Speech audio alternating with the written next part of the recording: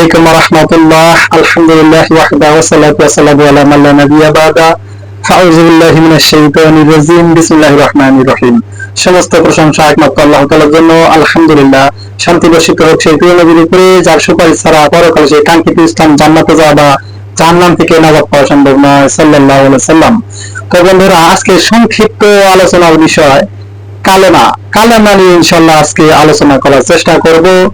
তো বন্ধুরা, অনেকেই এই কালেমা পড়ে আর এটা বলে থাকেন বেশিরভাগ মুসলমান যে যে কালেমা পড়ে সে মুসলমান, এটা আমরা সবাই বলে থাকি। কিন্তু কথা হচ্ছে যে শুধু কালেমা পড়লেই কি মুসলমান হওয়া যায়?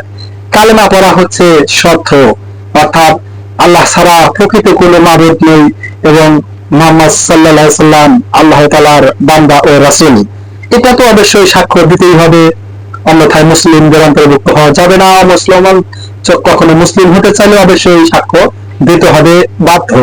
কিন্তু কথা হচ্ছে যে এই কালেমা পড়লেই কি মুসলমান হওয়া সম্ভব, সেটাই আজকে ইনশাআল্লাহ আজকের এই ভিডিওতে জানবো। তো বন্ধুরা, কথা না বাড়িয়ে আলোচনা শুরু করা যাক। তো দেখুন বন্ধুরা, আমরা বলি কালেমা পড়লেই বোধ হয় মুসলমান হয়ে গেছে। তো বন্ধুরা, একটা হিন্দু যদি কালেমা পড়ে আর তাদের ধর্ম অনুসরণ করতে থাকে তাহলে কি সে মুসলমান হলো? না, এটা সবাই জানে যে কালেমা একজন হিন্দু পড়লেই সে মুসলমান হবে না। কেন হবে না? আর আমরা পড়লে কেন হবে? এটাই কিন্তু কথা। কারণ হচ্ছে সে এই হিন্দু ব্যক্তি যদি কালেমা পড়ে, সে মুসলমানরা যেটা করে, মুসলমানদের কোরআন, মুসলমানদের হাদিস বর্ণিত যা আছে, আল্লাহ এবং আল্লাহ রাসূল যেটা নিষেধ করেছেন, যেটা আদেশ করেছেন, সেটা যদি না মানা হয় তাহলে তাকে মুসলমান যেমন বলা হয় না। এটার কারণেই কিন্তু ওই হিন্দু ব্যক্তি কালেমা পড়ে আর সেই ধর্ম হিন্দু অর্থাৎ সনাতন ধর্মের অনুসরণ করে এই কালেমা যেমন টিকছে না, কোন মুসলমান যেমন তাকে মুসলমান বলতে পারে না। কারণ হচ্ছে সে কালেমা পড়লো, অপরদিকে সে সনাতন ধর্মের অনুসরণ করলো, তাই কোন মুসলমান যেমন তাকে মুসলমান বলতে পারে না।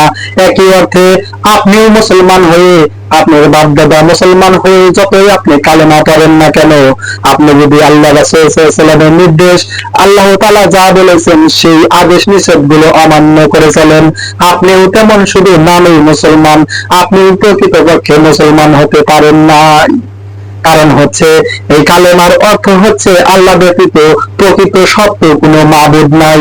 অর্থাৎ আবু তালেব চাইলেই কালেমা পড়তে পারতেন, কিন্তু তিনি কেন পড়েননি জানেন? যে আমি যদি আজ কালেমা পড়ি, এই কালেমার অর্থ হচ্ছে আল্লাহ ছাড়া প্রকৃত কোনো মাবুদ নাই। অর্থাৎ এই যে দেব দেবী যারা আমরা পূজা উপাসনা করে থাকি, এগুলো সব ফেলে দিতে হবে, সব বর্জন করতে হবে।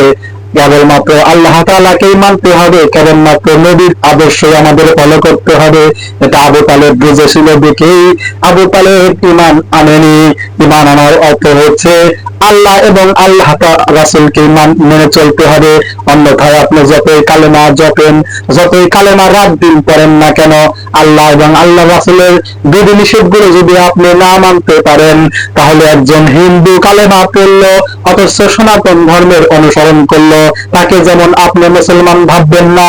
আপনি জন্মসূত্রে মুসলমান হলেও আপনি যদি আল্লাহ এবং আল্লাহ রাসূলের বিরুদ্ধাচরণ করতেই থাকেন আর অপরদিকে কালেমা পড়তেই থাকেন, আপনিও কিন্তু পরকালে নাজাত পাবেন বলে এরকম আল্লাহ রাসূল কখনো বলে যাননি। কারণ হচ্ছে আল্লাহ রাসূল পরিষ্কার করে বলে দিয়েছেন বিদায় হাজের ভাষণে যে আমার উম্মত ততদিন পর্যন্ত সঠিক পথে থাকবে, ততদিন পর্যন্ত আমার উম্মত জান্নাতের পথের দিকে অগ্রসর হতে থাকবে। মৃত্যুবরণ করলে জান্নাতে যাবে, কবরে শান্তিতে থাকতে পারবে ততক্ষণ পর্যন্ত, যতক্ষণ পর্যন্ত দুটি জিনিস আঁকড়ে ধরে থাকবে। একটি হচ্ছে কিতাবুল্লাহ অর্থাৎ কোরআনুল কারীম, অপরটি হচ্ছে সুন্নাতে রাসূলুল্লাহ অর্থাৎ রাসূল সাল্লাল্লাহু আলাইহি ওয়াসাল্লামের আদর্শ। আল্লাহ এবং আল্লাহ রাসূল সাল্লাল্লাহু আলাইহি ওয়াসাল্লামের যারা নিয়ম নীতি ফলো করে চলে না, তারা যতই নাম করা মুসলমান হোক না কেন, যতই কোটি কোটি টাকা দিয়ে মসজিদ মাদ্রাসা নির্মাণ করে থাকুক না কেন, তারা কখনো সঠিক মুসলমান হতে পারে না। অর্থাৎ একজন হিন্দু সে কালেমা পড়ে আর অন্যদিকে তাদের সেই পূজা উপাসনা তাদের সেই মূর্তিগুলাকে যদি মানতে থাকে, আপনি যেমন তাকে কালেমা পড়ার কারণে মুসলমান বলতে পারেননি, আপনি জন্মসূত্রে মুসলমান হলেও আপনি যদি আল্লাহ এবং আল্লাহ রাসূলের বিধিবিধান না মানেন, তাহলে আপনি সেই একই অর্থে, কারণ সেই হিন্দুকে আপনি কেন বলছেন যে সে মুসলমান না, আল্লাহকে মানছে না, আল্লাহর নবীকে মানছে না, সেই কারণেই তো বলছেন।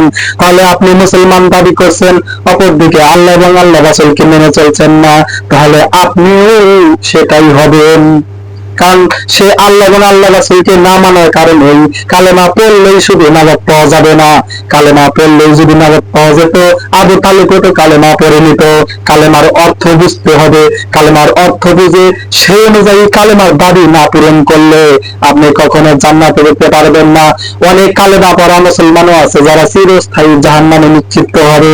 অসংখ্য হাদিস এবং কোরআন তার প্রমাণ বহন করে। তো বন্ধুরা, কালেমা পড়লেই হবে না, কালেমার দাবি অবশ্যই পূরণ করতে হবে। এক, মুখে কালেমা পড়তে হবে। দুই, অন্তর দ্বারা বিশ্বাস করতে হবে। তৃতীয় পর্যায়ে কালেমার যে দাবিগুলো আছে, সমস্ত দাবিগুলো আপনি অঙ্গ প্রত্যঙ্গের মাধ্যমে বাস্তবায়ন করে প্রমাণ করতে হবে। তাহলেই আপনি সত্যিকার অর্থে মুসলমান হতে পারবেন। হিন্দু কালেমা পড়ার কারণে মুসলমান হয় না, হবে তখনই যখন এই কালেমার শর্তগুলো পূরণ করবে, আল্লাহ এবং আল্লাহ রাসূলের বিধিবিধানগুলো মেনে চলবে। তো হিন্দু যদি শুধু কালেমা পড়লে মুসলমান হতো তাদের সনাতন ধর্মের অনুসরণ করে, তাহলে আপনারা তাকে মুসলমান বলতেন। কিন্তু কেন মুসলমান বলছেন না? কারণ হচ্ছে যে কেন কালেমা পড়লে মুসলমান হলো কিন্তু আমাদের ধর্মের অনুসরণ করছে না, তো আপনি আপনার ধর্মের থেকে আপনি তো ধর্ম অনুসরণ করছেন না। তাহলে সে আল্লাহ এবং আল্লাহ রাসূলকে না মানার কারণে যদি সে মুসলমান না হতে পারে, আপনি কালেমা পড়লে কি হবে? আপনিও আল্লাহ এবং আল্লাহ রাসূলকে না মানার কারণে আপনি মুসলমান না। প্রমাণ আল্লাহ রাসূল সাল্লাল্লাহু আলাইহি ওয়াসাল্লাম বলেছেন যে আমাদের এবং তাদের মধ্যে পার্থক্য হচ্ছে নামাজ, অর্থাৎ 5 ওয়াক্ত নামাজ যার ভিতরে আছে সে মুসলমান, 5 ওয়াক্ত নামাজ যার ভিতরে নাই সেক্ষেত্রে ভাবে সে যে ওয়াক্ত নামাজ ছেড়ে দিল সে কাফের হয়ে গেল। পরিষ্কার হাদিস। অতএব যারা সালাত অস্বীকার করে তারা তো কাফেরই, ইচ্ছা করে এক ওয়াক্ত নামাজ ছেড়ে দেওয়ার কোনো সুযোগ নাই। আমি বলছিলাম যে কালেমা এটার অর্থ বুঝে এই দাবিগুলো পূরণ করতে হবে। কারণ যখন আপনি বলেছেন যে লা ইলাহা ইল্লাল্লাহ, আল্লাহ ছাড়া প্রকৃত কোনো মাবুদ নাই, এখন কারো কথাই শোনা যাবে না, একমাত্র আল্লাহর কথাই শুনতে হবে। আপনার ব্যক্তিগত জীবন, পারিবারিক জীবন এবং সামাজিক জীবন, পুরো আন্তর্জাতিক ক্ষেত্রে কেবলমাত্র আল্লাহকেই এবং আল্লাহ রাসূল সাল্লাল্লাহু আলাইহি ওয়াসাল্লামকে প্রাধান্য দিয়ে চলতে হবে। তাহলে আপনার এই কালেমা টিকবে, অন্যথায় টিকবে না। আল্লাহ তাআলা আমাদেরকে সবাইকে বুঝদান করুন, সঠিক বুঝদান করুন, সেই অনুযায়ী আমল করার তৌফিক দান করুন। ওয়া মা তাওফীক ইল্লা বিল্লাহ। আসসালামু আলাইকুম ওয়া রাহমাতুল্লাহ।